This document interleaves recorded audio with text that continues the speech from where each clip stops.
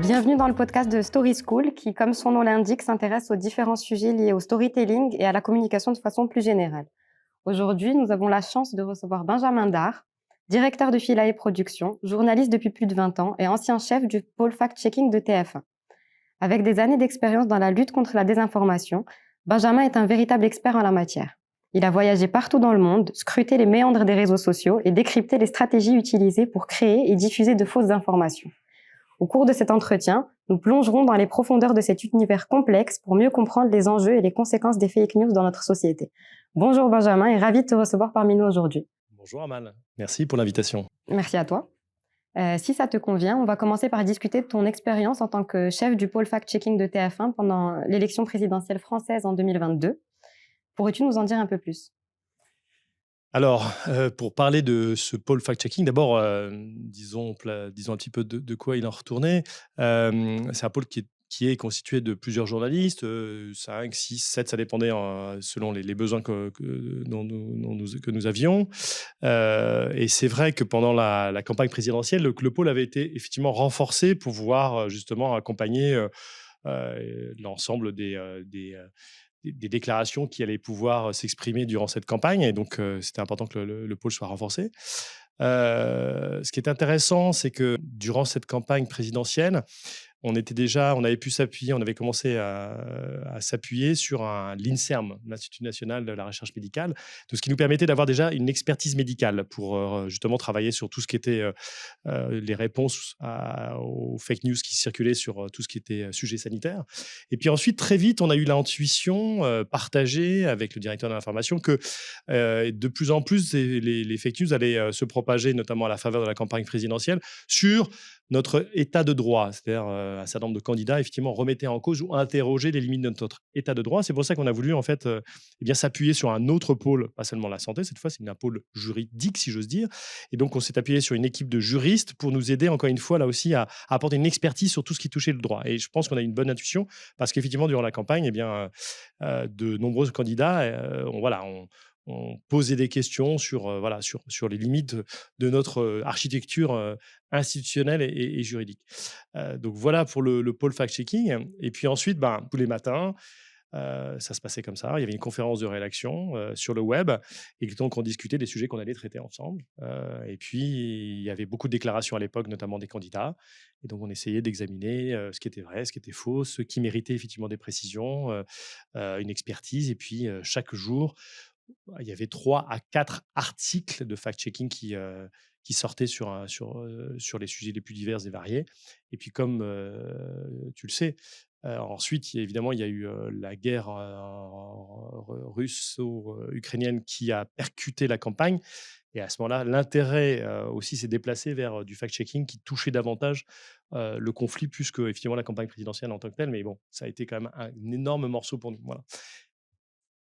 Dans ce contexte où le lot d'informations est très rapide et très complexe et où on ne sait pas distinguer la vraie information de la fausse information, comment ton équipe et le pôle fact-checking de TF1, en fait, quelles méthodes ils ont utilisées pour pouvoir distinguer les vraies et les fausses informations ? C'était très simple, hein, c'est qu'il y avait des sujets qui nous intéressaient de traiter en particulier parce que on avait le sentiment que c'était des sujets qui pouvaient toucher, si j'ose dire, le plus grand nombre de téléspectateurs ou en tout cas de personnes qui suivaient notre journal.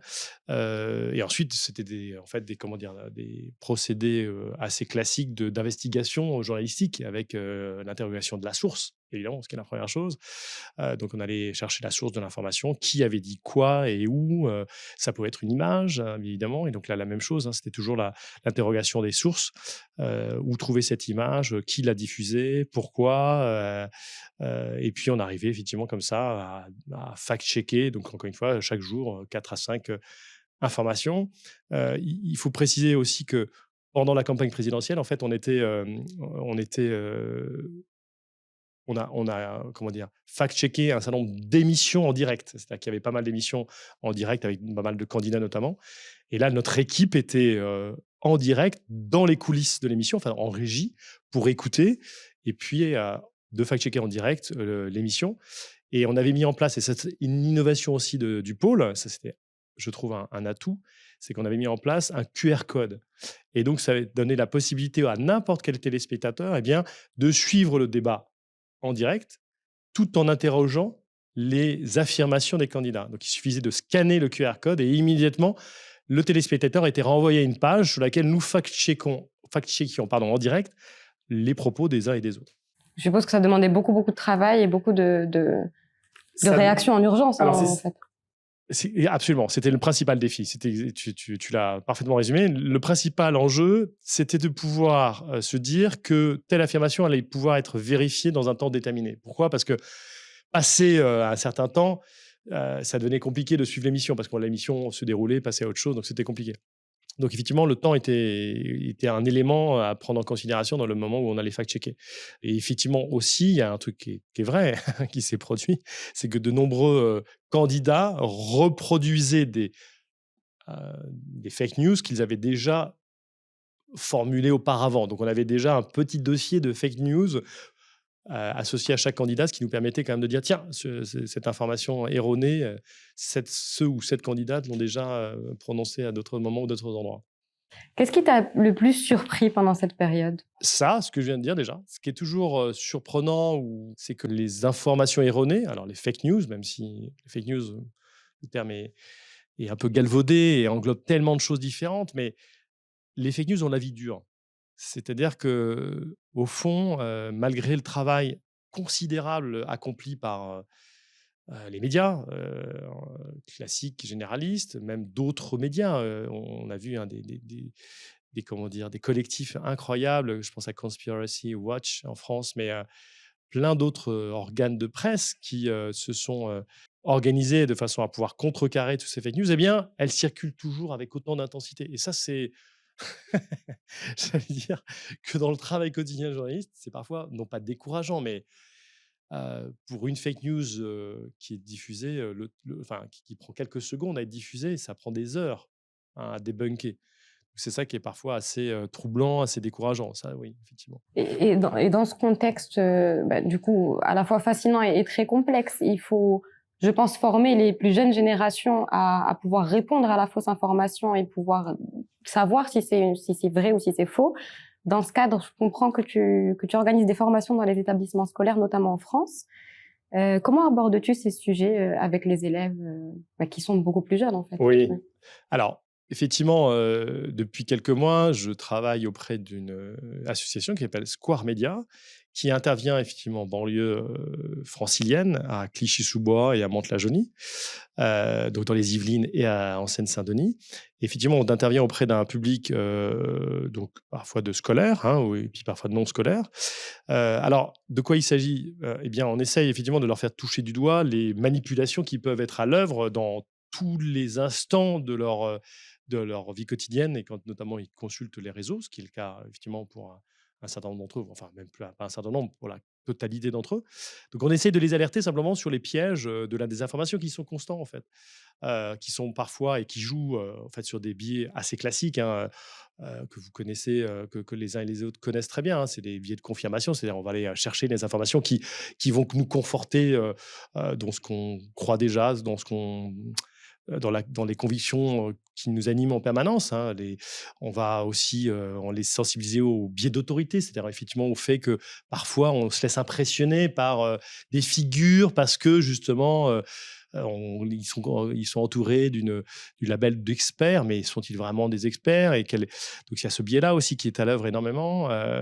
Donc on essaie de les sensibiliser, de les former à mettre en cause, interroger en permanence ce qu'ils voient, ce qu'ils lisent, ce qu'ils entendent, et en se posant des questions toutes simples et qui devraient être les réflexes assez classiques.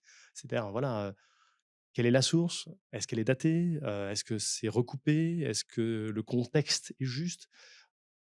Développer des réflexes tout simples comme ceux-là, eh bien déjà, ça les forme comment dire, à approcher les sources d'information de façon un peu plus vigilante, voilà. Est-ce qu'ils sont réceptifs à ce que tu leur enseignes et le cas échéant, est-ce qu'ils ont déjà des réflexes de base sur lesquels se reposer pour distinguer les vraies des fausses informations, sur les réseaux sociaux notamment? Alors, Est-ce qu'ils sont réceptifs? Je sais pas, j'y travaille. Je c'est toute la vocation de ces interventions. J'aurais pas la prétention d'y répondre favorablement. C'est-à-dire, j'espère qu'ils y sont réceptifs. J'ai le sentiment qu'ils y sont réceptifs. On travaille avec beaucoup d'exemples, avec beaucoup de vidéos. On va chercher leur attention sur des tweets, qu'ils ont par exemple, hein, je pense aux tweets, mais à des posts sur Facebook, enfin un certain nombre d'éléments de ce genre pour capter leur attention. Mais c'est vrai que c'est, encore une fois, la tentation est grande, et ce que je n'arrête pas de leur dire, la tentation est grande de croire en ce qu'on a envie de croire. Et ça, c'est ce que je n'arrête pas de leur dire, c'est d'arriver à penser contre soi-même. C'est sans doute l'exercice le plus compliqué qui existe, mais pas pour eux seulement, pour moi le premier. Donc voilà, c'est arriver à tout simplement à développer ces bons réflexes. Donc, est-ce qu'ils sont réceptifs? Bah, mais c'est une très bonne question. C'est-à-dire que tu poses une très bonne question. C'est-à-dire qu'il y a une évaluation qui est en cours sur effectivement les interventions qu'on mène avec Square Media et avec Alice Bougnière qui dirige cette association. Et bah, je reviendrai pour t'en parler si tu le souhaites. Avec grand plaisir, avec grand plaisir. Aujourd'hui, du coup, je sais que ton expertise se diffuse au-delà de la France, puisque tu as effectué une formation à la Story School pour les communicants de l'écosystème UM6POCP sur le thème fake news, comment déjouer les pièges de la désinformation. Est-ce que tu considères qu'on peut parler d'une véritable nécessité de parler de ça aux salariés des entreprises aujourd'hui? Et si oui, pourquoi? Alors oui, je pense que c'est une absolue nécessité. Si on prend d'un plan macroéconomique, c'est important parce qu'effectivement, les entreprises sont sujettes de plus en plus à ces fake news. Bien sûr, elles sont toutes des cibles.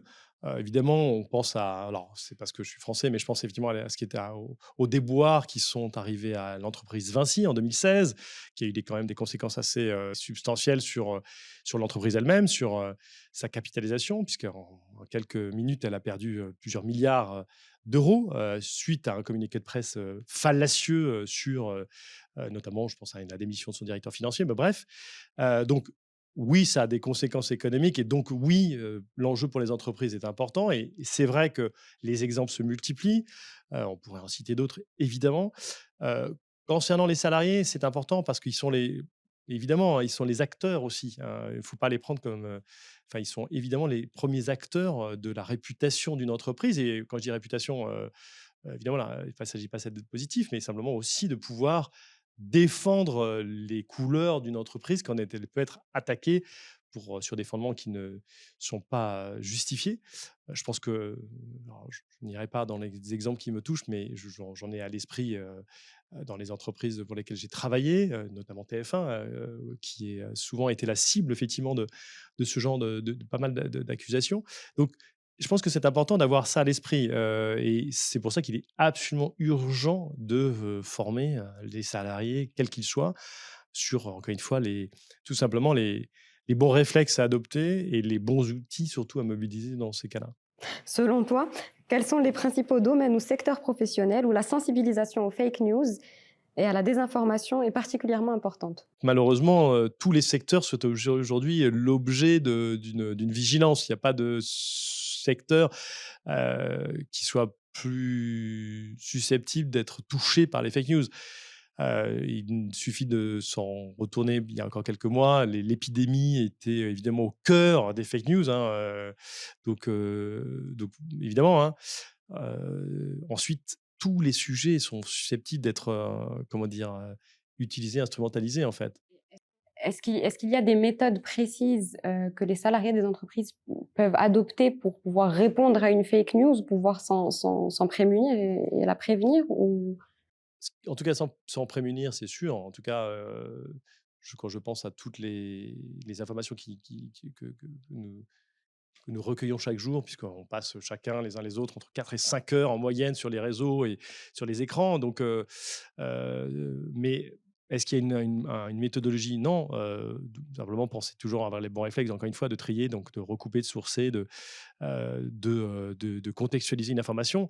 Ensuite, sur les réseaux, il suffit de se pencher pour voir que riposter seul, ça n'a pas beaucoup de sens parce que évidemment, vous êtes tout de suite vous-même embarqué dans une avalanche de retweets, par exemple, je pense au Twitter, mais vous êtes immédiatement instrumentalisé par ceux qui ont justement voulu porter un tort à l'entreprise dans laquelle vous travaillez. Donc, je ne suis pas certain que ce soit la meilleure riposte. Non, c'est très compliqué, justement. C'est assez vertigineux, en fait, les ripostes qui peuvent être proposées. Donc, ça, il faut plutôt laisser ça à la direction, enfin, comment dire, ou à la direction de la communication pour ces sujets-là, parce que sinon c'est trop compliqué pour un salarié lambda de pouvoir répondre ou riposter à une accusation qui est portée pour l'entreprise dans laquelle il travaille. Ça, je me paraît compliqué. Je pense qu'on va conclure avec une dernière question. Y a-t-il, selon toi, une importance des biais culturels quand on parle des fake news? Est-ce que la fake news peut être plus ou moins acceptée dans une région, dans un pays plutôt qu'un autre? Et comment y répondre? Alors, c'est sûr que, alors, de mon expérience de journaliste, ce qui m'a frappé, c'est que plus une société est fragile ou traverse des difficultés, alors évidemment, si elle est en plus en conflit avec un voisin ou je ne sais quel autre pays, la société va être d'autant plus poreuse, perméable à la fake news. Ça, c'est une certitude. Je l'ai vu pendant les printemps arabes que j'ai couverts, je l'ai vu dans les pays européens lors de la crise économique qui a sévi en Europe, ou même dans d'autres pays encore. Donc ça, c'est une base, c'est un postulat, si j'ose dire. Il y a un lien évident entre voilà, fragilité sociétale et porosité à la fake news. Et ensuite, à la question que tu poses, savoir comment y répondre, ben, je vais dire la même chose, mais c'est très compliqué. Enfin, c'est toujours la même histoire. C'est à je vais plaider, une fois de plus sans doute, pour le métier de journaliste qui me passionne, mais je ne vois pas d'autre riposte, évidemment le terrain et évidemment les faits et concrètement d'aller, toujours chercher la source, la vérifier, la contextualiser et évidemment une fois qu'elle est vérifiée, pouvoir la rapporter. Une toute dernière question avec je pense à l'intelligence artificielle, à l'apparition de tous les outils liés à l'IA. Est-ce que c'est un facteur qui va accélérer les fake news et qui va complexifier encore plus le fait de sourcer une information, le fait de la dater et pouvoir justement utiliser les techniques dont tu nous as parlé, pardon, Ouais, c'est sans doute le champ le plus compliqué qui là s'ouvre à nous et qui commence à peine, qui débute à peine et avec à chaque fois, encore une fois, je sais pas si tu l'as remarqué, mais encore récemment avec les deepfakes qui ont circulé, je pense notamment, on pense au pape François avec sa doudoune. Bon, mais au-delà de ça, il y en a un certain nombre qui ont circulé également avec ce vieil homme blessé, ensanglanté entre les mains de CRS en France. À chaque fois, la qualité est absolument invraisemblable. Et puis en même temps, bon, il y a des détails qui nous permettent, là je pense notamment à la reproduction des mains, des doigts, il y a des détails qui choquent, qui ne sont pas encore parfaitement clairs, enfin parfaitement bien dessinés, donc qui nous permettent de nous mettre en alerte. Mais on l'a appris depuis, l'intelligence artificielle et ces logiciels ne cessent de s'améliorer, de progresser dans ce domaine. Donc ça va rendre encore plus délicat, encore plus compliqué, encore plus difficile pour les uns et les autres, et pas seulement nous les journalistes, de distinguer le vrai du faux et de s'assurer qu'une image et une vidéo euh, est effectivement vraie ou pas. plus important, le fait de dispenser des formations sur les fake news avec toi au sein de l'IM6P. Merci, Benjamin, grand merci d'avoir accepté cet échange et d'avoir pris le temps de discuter avec nous sur ce sujet à la fois fascinant et complexe. On espère te revoir très vite à Story School et à l'IM6P. Merci beaucoup. Merci, Amal.